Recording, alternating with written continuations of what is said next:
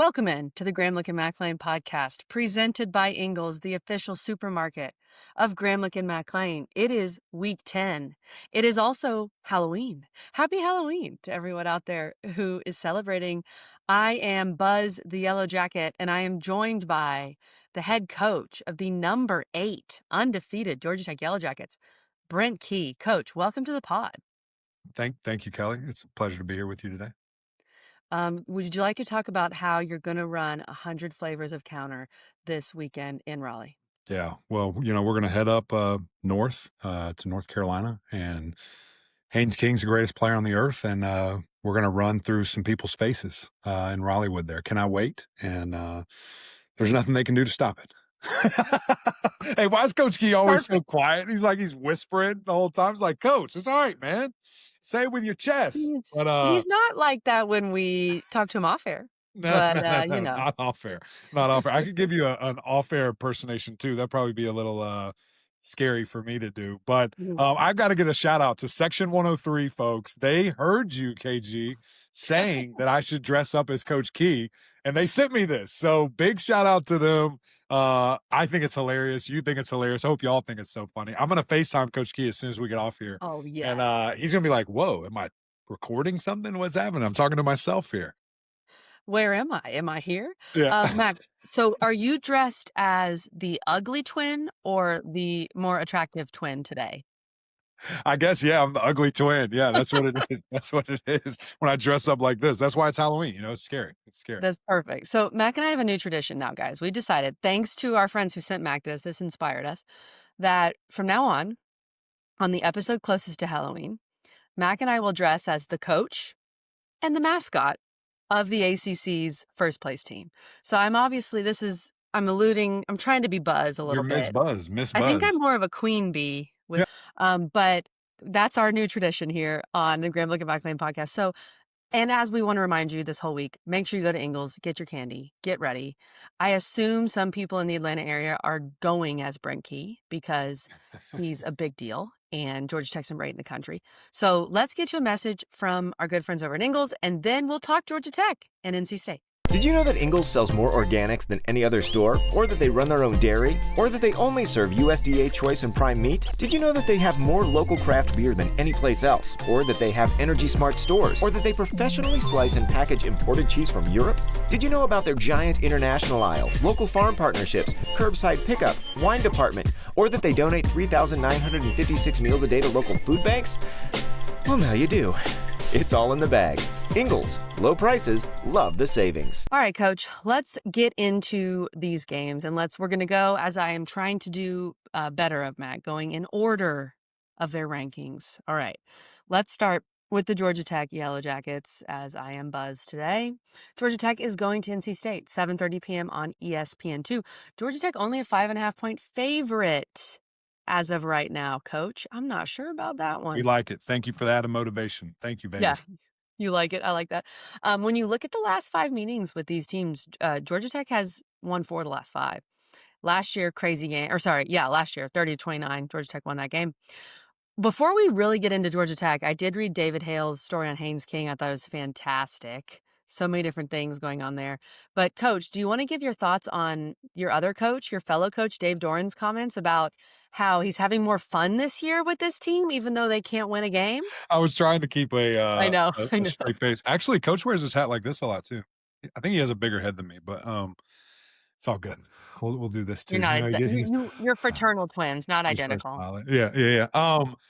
Let's start with Coach Doran. I thought that was. I think it's pretty clear who he was talking about. Yeah. Guys that clearly aren't on the team anymore, and interestingly enough, those guys are one guy in particular having a great success. Over at Texas A&M, if that's in fact who he's alluding to. But I think it's just a weird spot for NC State this year, and this is Eric McLean, not Coach talking. Okay, good.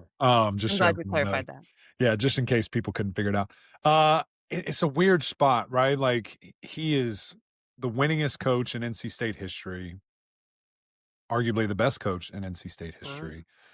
And I don't know, just different things you hear, different people you talk to. I don't know. it's just an interesting time because there is talent on this team. There's a lot of talent, Yes. especially on the offensive side of the ball. And to be sitting at 1-3 in the ACC, to get beat down by Notre Dame on national TV, it's just hard, and the Mhm. game is so different now. You're not just coaching ball, like it's literally 365, and it wouldn't surprise me at all. And I don't know anything about this. It's just me talking, just knowing Coach a little bit and the things he likes to do and things of that nature. I wouldn't be shocked at all if he just says I'm good, like I'm good after Sure. this year. And I think someone actually asked him about that earlier in the week, and he addressed it and said, I've got 3 or 4 years left on my contract. I'm not thinking about that, this and that, but it wouldn't surprise me. Just because it's such a weird world right now and such a weird age. And that's unfortunate, that we lose guys like that, if we lose them, If. of that, caliber and how great of a coach he is, again, if all of this happens. But it is what it is, and you've got a freight train coming down the track in Georgia Tech, a team that is playing very confident right now, playing at a really high level, and has arguably one of the best players, if not the best player in the country, in Haynes King, doing everything, firing on all cylinders, and he's in a great place. Like Haynes, knock on wood, looks like he's healthy, feels good, and is just playing football at a super high level. I mean, 12 rushing touchdowns, almost 700 yards right now. It's incredible, what he's doing as a player. It is, Mac. And NC State allows nearly 150 rushing yards per game Yeah. at home this season, which is 14th in the ACC. So not great there. Even though I do, tell me if you think I'm wrong, Mac. When you're defending this modern triple option, if you will, from Georgia Tech, it really comes down to the linebackers. And I do like NC State's linebackers, like arguably the strength of their defense. So we'll see. Like maybe NC State can put up a better fight defensively. And then Hollywood Smothers is playing great for NC State. Yes. He's the leading rusher in the ACC. And Georgia Tech has not been great against the run. So Mhm. I think this game, this is at night. I think one of my big questions, if NC State can keep it close, is what's the crowd going to look like? I'm really curious about that because Yeah. you've talked about it, Matt. Carter Finley is one of the tougher places to play in the league when it's rocking. And when it's a night game, you and I have both been there for night games, you playing me, and you've probably been there as a, spectator. So will it be rocking? Like, is it going to be a big enough factor? And can NC State do enough to slow down Georgia Tech at least a little bit? Yeah, that's what we'll see. And I think it is a good point, about their defense and the linebackers, specifically there and just their ability to run, come downhill, get out in space. Is everybody healthy? Everybody ready to go? At that position will be interesting to see. But with that being said, this is a different monster. Like they stress you. They're going to put those linebackers in tough situations with the formation, with the alignment, with pre-snap movement, post-snap movement. They're going to cause eye violations, and they're going to get your eyes looking everywhere but where we're going to be running the football. And so we'll see. Do they Eye put a violation. Herculean effort? Maybe not. But you're right about that crowd too. They can have an impact, and they can be big in this game. I just think Georgia Tech's on another level right now. I think they're playing so well. Everything that we said about Haynes King, and there's some stats that are mind-boggling when you Oh, look I at was it. going to I know get to you've got those. them. I know you've got those. I think if we see that Duke type effort where they slow down the run, shut down the run in Duke's instance, this could be an ugly little game. Yeah, it is. The number is low, which is interesting. But I put on my full Buzz outfit to talk about Haynes's numbers here. Sorry, let And me these are lock in. crazy. Yeah, let's get back into this mode. Haynes King against Syracuse became only the 5th D1 FBS player since 1995, which is 30 years ago. People don't realize 1995 was 30 years ago. With at least 300 passing yards, 90 rushing yards, 3 touchdowns, 2 touchdown runs, and an 80% completion percentage in a game. So 5 players in 30 years have done that. And then I liked this because I really do feel like Haynes is truly getting into the Heisman discussion now. I don't know. You'd think it's weird that a win over Syracuse has done it, but I think people have finally looked up and thought, oh, they're 8-0. Like, what's going on? Total offense responsible for of the top Heisman Trophy candidates. These are great nuggets from Georgia Tech, by the way. Haynes King with over 300 yards of offense per game, and that leads the category of these other Heisman hopefuls with Fernando Mendoza, Diego Pavia, Marcel Reed, etc. And Mac, I'll add this too. This is supposed to be a positive, but I think it is kind of a weak year for the Heisman. Like, I'm not sure we have a true runaway, a Lamar Jackson, for Sure. example, something crazy. Well, So Lamar I really Jackson was like 6-6, so, I yeah, don't but know he if won that the was Heisman he won the Heisman week 3. he did, Um, which is unfortunate. I'll yes, just throw that out there anyway. I don't know why we but had to go there. Now I'm upset. I know, I'm sorry. My point is, I think that he's truly getting into that discussion. Could it affect the team at all? I just doubt it. After reading David Hale's article about Haynes King and him growing up in Longview with his Yeah. dad as his coach and all these things, I feel like Georgia Tech is still very much locked in and they understand the opportunity they have in front of them. Well, I think I think that's what it is. Like, no, I'm gonna play harder now to Yeah, get yeah, my guy this trophy, to get us this trophy. I mean, that's what it'll be. It'll be, a team award and a university award. Like let's go get this thing. And now there's a bigger one that I want that too, and that's a national championship trophy, which I do love that is by his DNA, that's always going to be Haynes' focus. Like he wants to win a national championship. He wants to win every game that he plays. But it's nice to collect some extra stuff on the way. It's not fine just picking up a little trophy, put it in the side cab there, and let's keep going. yeah. But yeah, why not? I think this team for sure mature enough. I think he's mature enough, and just the head coach that they have in Coach Key, myself here. We're ready for this moment. Like we're ready to capitalize on this. And funny enough, I asked myself the other day when I was being interviewed, just like, what is that like? To look around a little bit and all this celebrating and people hyping you up and things.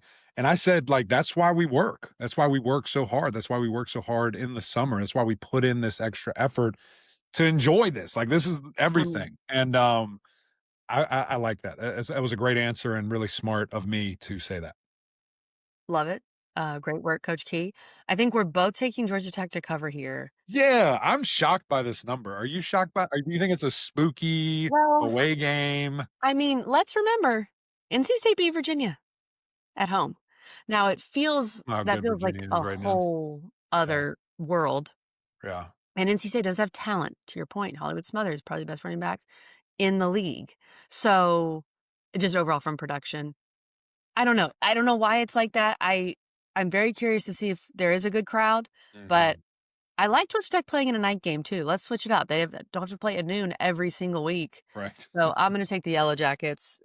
Buzz is going to officially leave the pod now, but Thanks for Buzz stopping is by, bud. taking shocker. Buzz is taking the Yellow Jackets Yeah, minus five yeah. and a half. I'm there. I'm right there with you. And who knows? Maybe Georgia Tech or maybe NC State make us look dumb. But I think that line is crazy. And give me Yeah. Georgia Tech.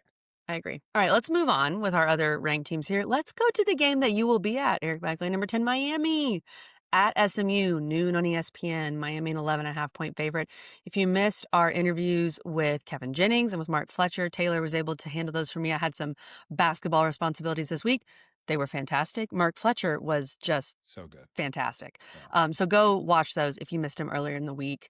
Miami is finally leaving the state of Florida.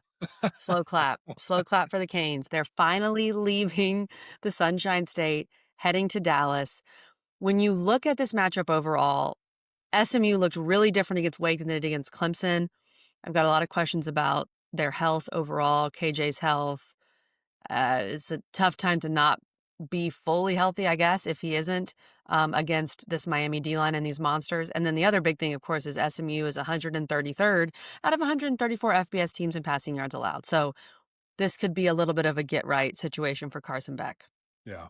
It's there's so many different ways that I want to look at this game and break it down. And I think, a couple of the biggest are, is this the Carson Beck game?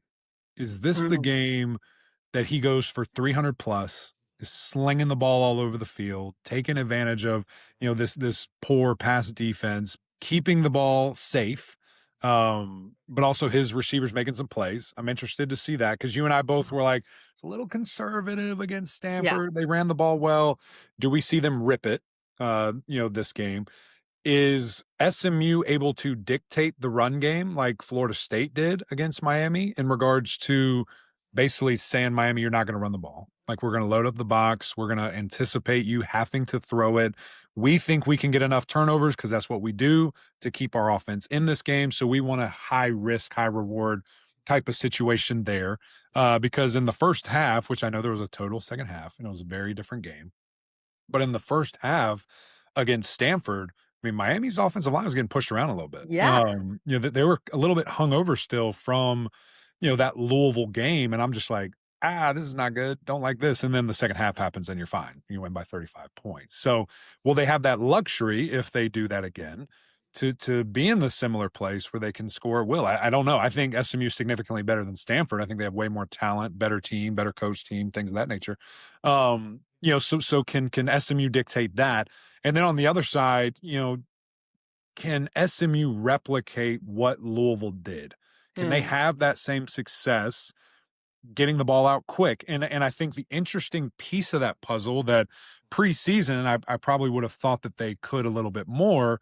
I don't think SMU can run the ball like Louisville ran the ball. And so do you even have that option? Maybe not. I've been, And there's pretty no Chris disappointed Bell. with that. Yeah. So I'm interested just to see, does Miami walk out of this thing with like a 20-point win?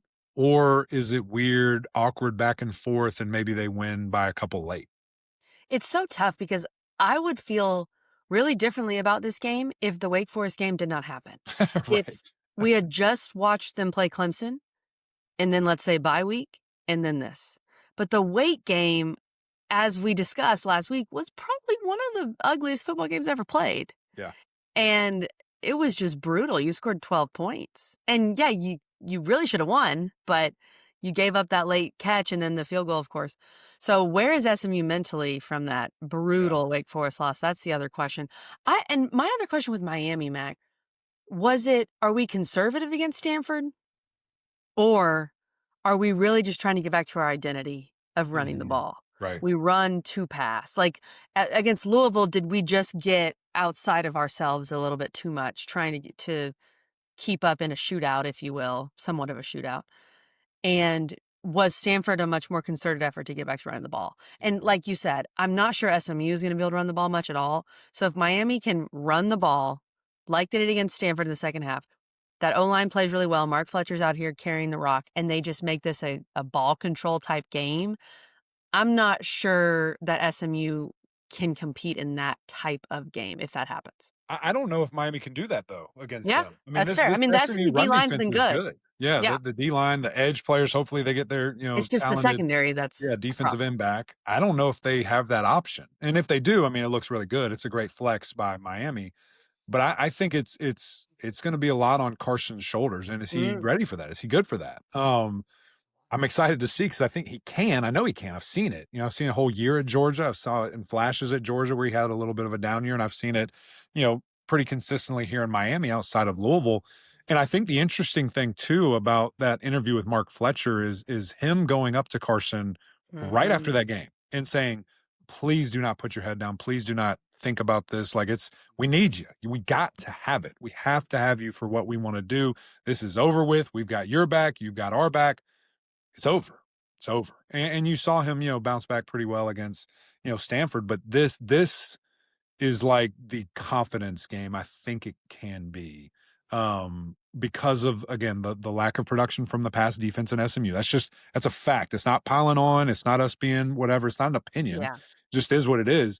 And can Carson go off? And honestly, Shannon Dawson call it that way. Like go into this game thinking Carson's going to throw the ball 30 plus times down the field. Like I want to see that aggressive, nature from the play calling and from Carson and from these wide receivers. Get the ball to Malachi Tony. Get the ball to your talented receivers there. So that's kind of what I'm hoping that we see from the Miami side. And then again, on the SMU side, make it a rock fight, dictate the run. And can KJ, is he healthy enough to be KJ? That's what I want to see. And a fascinating thing, KG, I can't even remember if you and I even talked about this or not. When I was preparing kind of for, Kevin's interview here and just looking at what he's done and his, yards and things of that nature, this guy has 46 rushes. Oh, yeah. Or 32 yards, yes. 0.7 yards he's per rush, one touchdown. It's taken away his superpower. I mean, it's impossible. And again, he's banged up and it just stinks. He's not able because of his health to be the guy that we know he can be. Now he has thrown the ball well, but it just stinks to see that. And so can he get juiced up and excited and ready to go? We'll see. It's going to be tough because Reuben Bain's coming. Look out. Like, you got to worry about 4 and 3 and everybody else in the middle. It's going to be a challenge. It's going to be a challenge. I think they also really miss Brashard Smith and just the other threat. You know, Right. like when you have to respect the running back, it can be easier for the quarterback to get out and run. These two D-lines are both really, really good. So that's going to be fun to watch. Which D-line can cause the most havoc? SMU is one of the most baffling defenses like in the country. So weird. To be allowing what they're allowing through the air, but also tied for first in the ACC with picks, 12 interceptions, and number 1 in sacks. Like, what is this defense? It's opportunistic. Yeah. And that's how they win the game. I think if you're able to force turnovers, which obviously Carson Beck has shown, he can get into a turnover spell. Right. So where are you on this number, Eric McLean? Miami minus 11.5. See, I think it has the ability to be a big game for Miami. And it has the ability, just because of the strengths that we were talking about. Can Carson flex his muscles? You have a wounded SMU offense. I mean, I would not be shocked at all if Miami walks into town, wins by 20.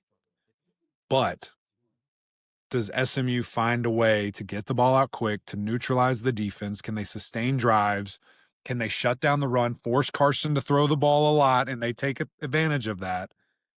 I could see it being closer to this number. I still think Miami wins. I'm going to take them to cover. I think SMU's too banged up. There's too many questions about what they've got going on right now. It's still a pretty small number.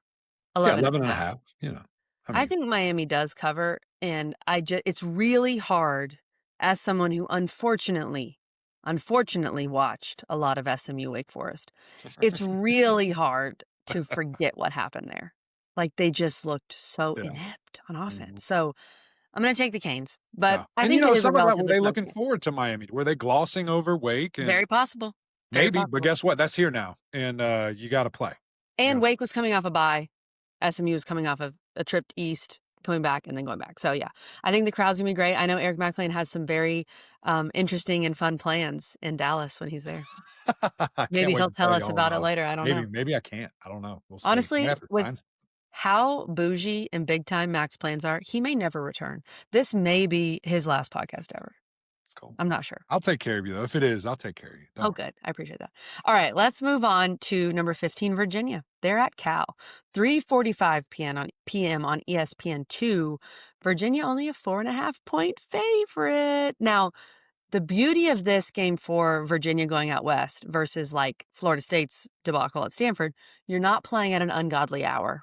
You're not playing at 10:30 p.m. That's good, because then you're not ending your game at 2 a.m. with your body clock. So Virginia is playing at about 6:45 on the body clock for East Coast time.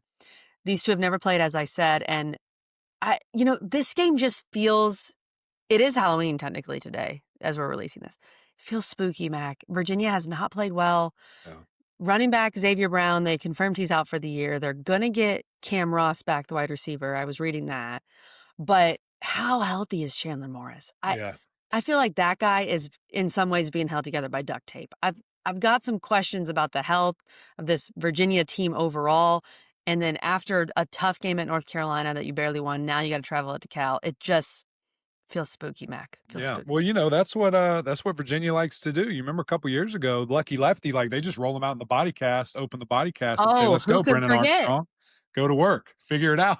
So maybe it's not quite there yet, but it's probly close. Yeah. That's just, hey, you play QB at UVA, you better do it all. You better do it all. I'm interested in this game too, because as I mentioned the last time we talked about Virginia, there's some alarms going off back here. I hear them. They're down the hall. I don't know if I want to like look back and acknowledge them, or if I'm like, it'll be fine. It's all good. But they're back there. And so, can UVA get back to playing that complementary football? Like, my gosh, when that Florida State game and just the back and forth nature of it. And, okay, defense didn't make a play, but offense, I got your back. Offense has a turnover. Defense, don't worry, we got y'all. Here we are, doing their thing. And they just haven't quite played to that level since then. And even in particularly the offense, like the run game, has kind of disappeared a little bit. So I need to see that. I need to see, the great running back Taylor get back to what he was doing, run that rock. Chandler, if you can, help us out here, run the football effectively, but also make good decisions in the fact of don't take unnecessary hits. Get rid of that ball, throw it away, throw it to your check down. Let's get to the next one. Okay. You don't need to spin around in circles, try to avoid guys and then get clobbered. Like I'm not interested in that. I'm not interested in that. And as you mentioned with getting Cam, back there, how much is that going to help? How much is that going to, get them going in the right direction? Get another speedster out there to make things happen there. The talented receiver Ross. So we will see. A little bit concern that I have of this team right now is, their secondary isn't playing great, and can, Sangapolatele take advantage of that? Can he, throw the ball all over the yard, test these DBs, throw the ball over their head? Because you look at this last stretch, I mean, it's been a dogfight since getting blanked, by San Diego State at their house in a 4-point game against Boston College at Boston College. You get whipped by Duke at your house. You one where you probably should have lost to UNC, and then you lose to Virginia Tech at Virginia Tech in double overtime. Like, it is roller coaster of emotions. And Virginia has had that too. It's just their roller coaster is a little higher with less dips. It's just going fast, and you just don't know, kind of what's going on. So these are two teams that, really have changed the way they've looked at different times of the season, KG. I do think Virginia is the better team. I do think that this can be a nice lock-in game. And the biggest thing that I'm watching, as I just mentioned, is can those DBs for Virginia hold up against this passing attack? Yeah, that's a great point. Saga Politelli has been really good. I do not feel good about this game. Uh-oh. Oh, no. And I love Virginia. I've adopted them. It's one of my teams. But also, I'm about to say a crazy sentence. Oh, no. Could Virginia be looking ahead to the Demon Deacons and the potential possibility of hosting College Game Day? Maybe. Even bigger, the Huddle. I mean, the Huddle might be there. Well, the Huddle better be there if we got 8-1 Virginia and 6-2 Deeks. But I hate this. Okay, let me at least read this stat, and then I'll make my terrible pick that I hate. Virginia's home road splits in terms of points per game is from intern Nick. Insane. At home, they're averaging 44 points per game. On the road, 26. They've been a completely different team on the road. And you're not just going on the road. You are going to the other side of the continent. I think Cal wins this game. Yeah. I think Cal finds a way. I know. I hate it. You're just taking them straight up. Just money line. Cal wins. I am. Definitely Cal plus 4.5 if you want to take that. Brutal. I hate it. I really do. I hate it too, but it probably is going to happen. Yep. Listen, we're hidden with these spooky games right now. We're all over it. I don't know why it doesn't scare me as much, but it should. The weekend in general, spooky. Every ranked team, every good team on the road. Weird. Yeah. Weird vibes. Good point. Super weird vibes. Somebody's going to fall. Somebody's if it is a game, maybe it's this one. Maybe it's the team traveling 3,000 miles.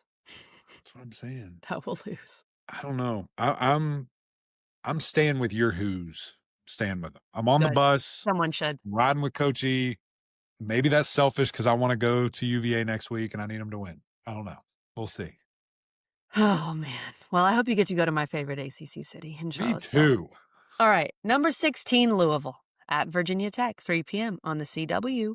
Louisville, 10.5-point favorite. Virginia Tech coming off a miracle win over Cal in overtime. They ran it like crazy against Cal. Louisville's defense has been better than we thought, but also coming off, just from a defensive perspective, not the best game ever against Boston College. I think Louisville's going to be fine, Mac, but this is a tough place to play. Mid-afternoon, Virginia Tech's got a little confidence coming off of the win over Cal. I just need to see Louisville handle their business a little more than they did against BC, where BC was down a touchdown at one point in the fourth quarter. Yeah. Yeah. I think it's going to be a tall task. I mean, this is going to be a big game because obviously Louisville has ran the ball very effectively recently. And, kind of seeing that is what I wanted to see. I mean, I wanted 300 yards, from Louisville last week. They did that. Check. Isaac Brown was a freak, had 2 huge runs. And just the what he brings to the table is electric, but Hokie Faithful is going to be locked in. That place is going to be packed. It's going to be loud. That defense played, very well last week and really all season. They've been pretty effective against the run. So Do they force the issue? Do they get you in predictable situations? Does the other side, is Virginia Tech able to run the ball? Can they bleed the clock and just make it weird? Can they make it a weird game for Louisville, an uncomfortable game for Louisville? And has Louisville, matured enough to win this game and to where it's no contest and we're not worried about it? I think that's still maybe a final form of where they can be. Seeing them in person, it wasn't the same offensive output, so I did want to see Chris Bell up close in person, and he had an okay game. But they were able to run it so much. So can they stress them there, through the air? Can Chris Bell continue to be on this dominant run, that he is, and be this freak show player? We'll see. And how much does the 12th man matter? I think that's kind of what I'm really fascinated to see. Can they juice up Virginia Tech? With all that said, I think that's a stretch. I think Louisville, the better team, and just mentally, can you lock in and understand what's at stake here? Like we're talking playoff, man. We're talking ACC championship if somebody else slips. So you've got to know that. You have to have that opportunity ready and just be able to take that next step. Louisville, as you mentioned, Mac, they have been good against the run. They're 4th in the ACC. So can you force Virginia Tech to pass it? If you can, I think you're going to win the game. Right. It's kind of that simple. I like Virginia Tech to cover, I think, Mac. 10.5. I think this game is a little weird. And like you said, Virginia Tech playing better, playing with some confidence. This is a weird stat, though.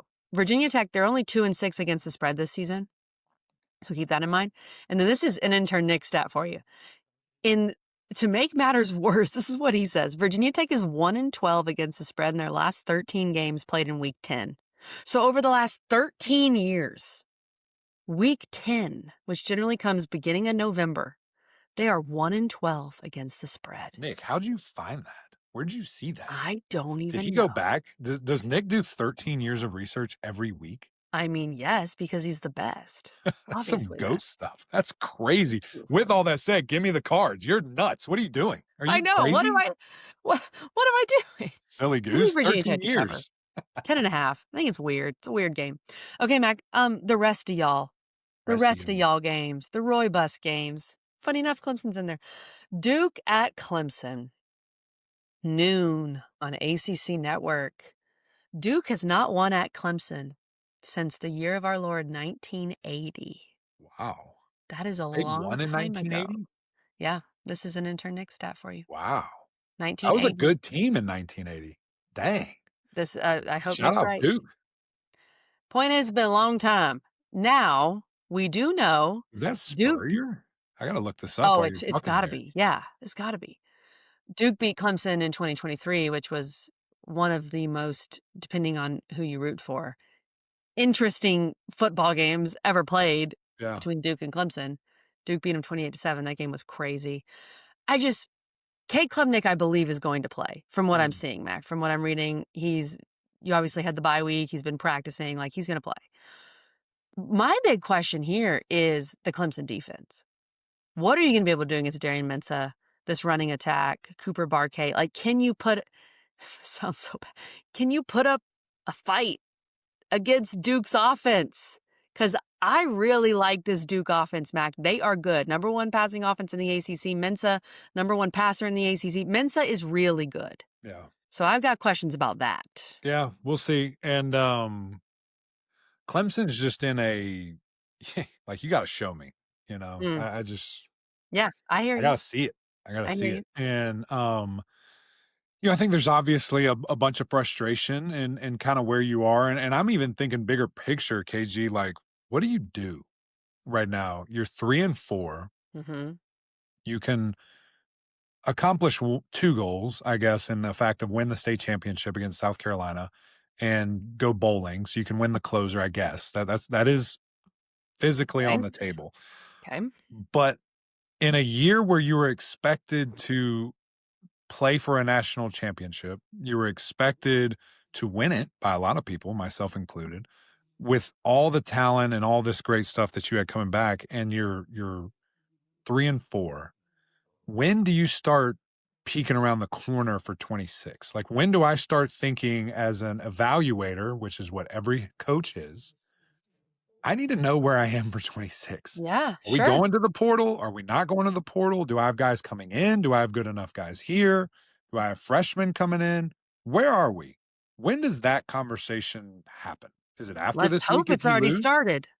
I would too, but I just, kind of know the guy a little bit and how he thinks.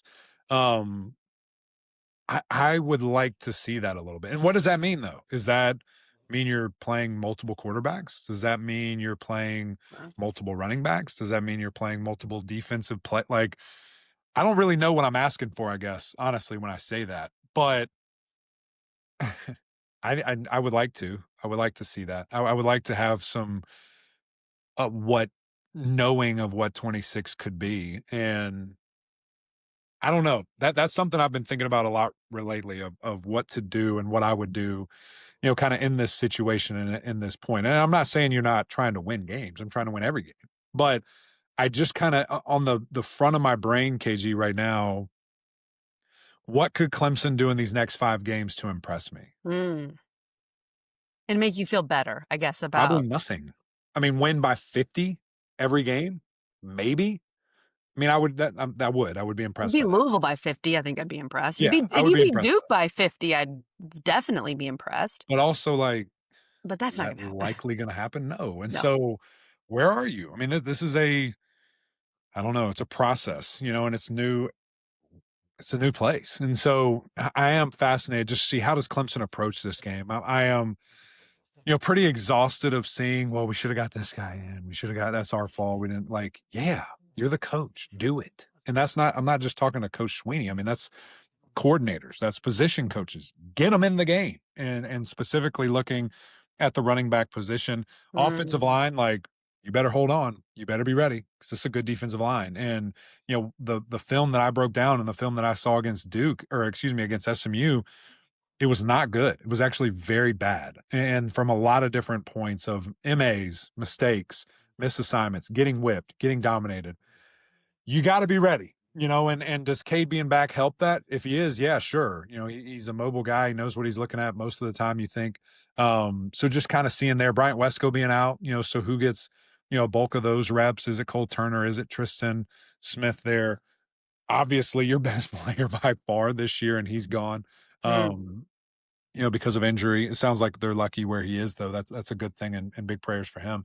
And then, yeah, the defense, the last piece of this puzzle that has so much talent that we thought would take some pretty leaps and bounds forward just with a new scheme and everything that we had kind of heard. And they're probably exactly the same as they were a year ago, which is frustrating, to say the least. So, where are they? What can they do? You've got a really multiple attack coming offensively, what you said with Darian Mensah, going to push the ball downfield. Mobile guy, I wouldn't call him a dual threat, but very mobile in the fact that he's going to extend plays, push downfield, look for Coop, look for these talented wide receivers. And then you've got Nate the Great, the true freshman running back there, Mhm. for Duke there, Nate Shepard, that's been electric. And if they can get balance and they can look multiple, this could be embarrassing at home, for Clemson. I think it's fascinating that Clemson's favored and that the matchup predictor on ESPN has Clemson 60% winning. I think both those are bonkers numbers. I was gonna say that. I have no clue why Clemson's favored. I think Clemson's been favored in every game this year so far, and they're 3-4, so there's that. Clemson is 0-4 against the spread at home this year and has not won a home game since October 19th, 2024. I guess that's against a Power 4 team. They beat Troy. That's crazy. I feel like if you know football and you've watched Clemson and you've watched Duke, there's no way you would predict Clemson to win this game. Now, could Clemson come out and look way better than they have? Sure. But it's also a noon game. I do not know where this crowd's going to be, Mac. I have some questions about that. No clue why Clemson's favored. I think predicting Duke to not win this game is crazy. Now, things that maybe Clemson plays better than they have all year, but just from the what we've seen, the proof, Duke should win the football game. So I'm taking Duke. I think Duke wins the game. I am too. And I do want to just say this to everybody, if you're watching and still locked in. This crushes my soul, by the way. It hurts. It physically hurts me to watch, to see, to go back and rewatch, to talk this way. Like, it sucks. It is not fun. And so, help me out, please. That's I my feel you. plea. I'm sick of this. People say, oh, you do such a great job. You're so impartial. F that. I'm tired of being that way. I love that, Mac. I love how honest you are. And you know what I'm tired of? I'm tired of my 2-year-old saying, I'm an Oklahoma fan now. Because my dad and brother tell him to say that because he wants to be a Tiger fan. He loves the Tigers, but they don't Oklahoma's win. running into a train wreck of their own, so they better be Yeah. careful. I will say this, that's a funny segue for me too. So we live in Columbia. I think everybody knows that. If So you don't, sorry. now you do. Yeah, brutal. And so as everyone knows, they were playing Alabama last week at home on Saturday, because I think it was a night game or a later game. Yeah. Amelia Great one. and Kaki and her mom, they go to the park and they're playing, and there's all these kids in their Gamecock stuff, and of course Amelia's in her Clemson stuff. And apparently, or allegedly, one of the two, she went up to all of them and said, "Roll Tide." Which her Nana, my grandmother, is a Alabama alum, so that's fair. That's all fair game. But she said "Roll Tide" apparently all day, so I'm cool with that. I'm in. That is amazing. I love that, Mac. That go Amelia. Great So work. So fun. And she ended up being right there. That's right. Okay, Mac, let's run through the rest of these games here. Wake Forest, Florida State. Oh my goodness. Again, it's kind of like that car wreck that you can't look away from. How about 7:30? They're favored by 10. That is crazy. That's ridiculous to me. That is ridiculous. What is Vegas smoking this week, Mac? 7:30 p.m. ACC Network.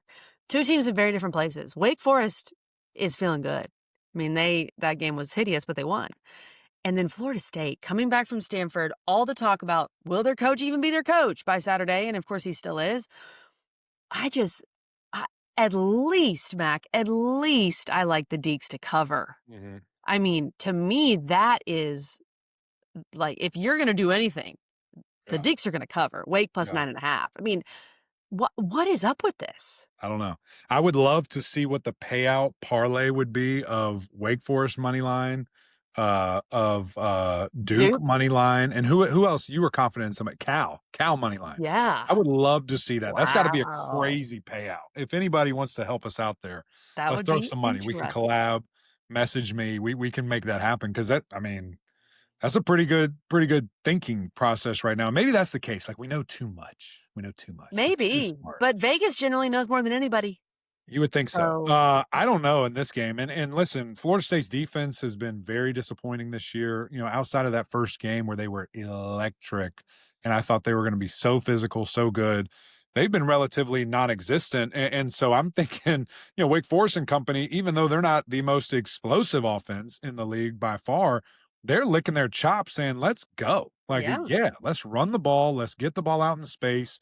Is that with Ashford? Is it with Claiborne? Whoever you want to get going, let's get them going. But the defense for Wake Forest has maybe been the most impressive thing. Those guys are flying around the ball. Nick Anderson looks fantastic. And his running mate back there. I mean, you talk about safety play and two of the best safeties like in the country. Anderson and Patterson at the safety position for Wake Forest are playing as good as anybody. They are flying around.